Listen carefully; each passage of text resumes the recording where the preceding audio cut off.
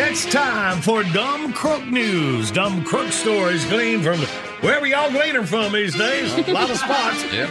Email to thebigshow.com. The address. We'll follow this report. A man in Phoenix, Arizona found a bag sitting next to the ATM outside a bank. In the bag, he discovered $23,000 in cash. Well, the man took the bag inside and turned it in.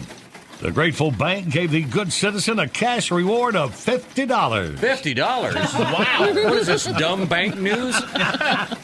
Well, the man was so proud, he called the local newspaper and shared the big story in an interview. Well, one of the people who read the story was his ex-wife, who he owes $1,900 in back child support. Okay. Oh, so it's dumb deadbeat news. I'm sorry. Unexpected windfall didn't last long. Yeah. An ex-prison inmate in Kansas City filed for a temporary restraining order against a woman who he said had been stalking him. Well, the woman in question turned out to be his parole officer. Oh. The parolee had decided that having to meet with the woman once a week was way too much work. Look, I ain't got all this stuff. Judge quickly figured out what was going on and denied the application. Okay, A man broke into a house in Berlin, Germany, and stole a woman's life savings, almost $27,000 in cash. Well, it didn't take long for police to find him. He'd stopped for the burglary on the way home from a local hospital where he'd been treated for a broken arm. Well, somehow he managed to leave a full set of x-rays at the scene of the crime. Wow. Along with paperwork featuring his full name and address. Already did. Would you believe I was woozy from the anesthetic? A man on a New York subway approached another passenger and demanded his wallet. After taking out the cash, he decided to give the victim his wallet back. But somehow the suspect managed to hand over his own wallet by mistake.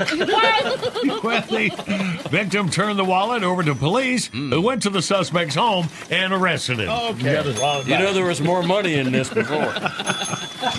Two men running a meth lab in Omaha, Nebraska decided to increase their production to improve their business. One of the key ingredients in their meth-making process is, how do you pronounce that? Honduras ammonia? I think it's anhydrous ammonia, is how you say it, yeah. Well, it's normally sold in gas grill-sized containers. Wow. But somehow the Heisenberg wannabes got their hands on a 9,600-gallon tank of ammonia. Okay. The size normally pulled by 18-wheelers. Wow. Well, they parked it in front of their house and ran a large hose inside. Well, this quickly attracted the attention of police, who shut down the operation a short time later. Yay, Mr. White. Yay, science.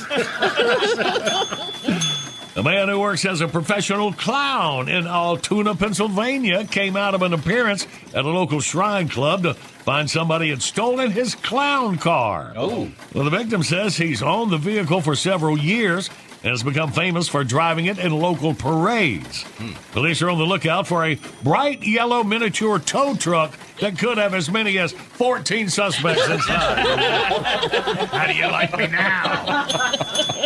A Jacksonville, Florida man decided to pull a prank on his girlfriend by driving past her house and shooting a large bottle rocket-style firecracker at her from the window of his car.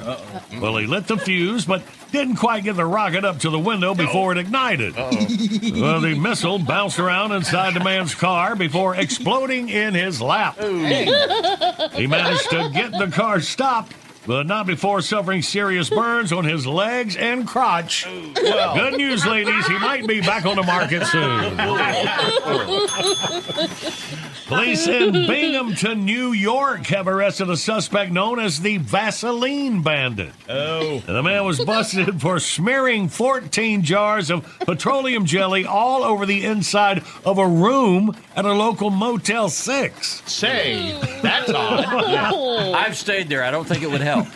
Well, the motel manager says almost every inch of the room's furniture, appliances, and carpeting was coated in Vaseline, which took almost a month to clean up. Dang. Well, the man refused to explain what he was up to and got 3 years probation and a $4,000 fine. I was trying to give him the slip. And finally, A man was convicted in a Brownsville, Texas court for selling 36 grams of cocaine to a federal drug informant. The jury convicted him on the drug charge and ruled he had to forfeit all the property he bought with the money, including a winning Texas lottery ticket with a prize worth $5.5 million. Oh, Son of a... if you got Dumb Crook News, you can mail to Dumb Crook News, John Boy and Billy, P.O. Box 19111, Charlotte, NC 28219, or email anybody but me at thebigshow.com.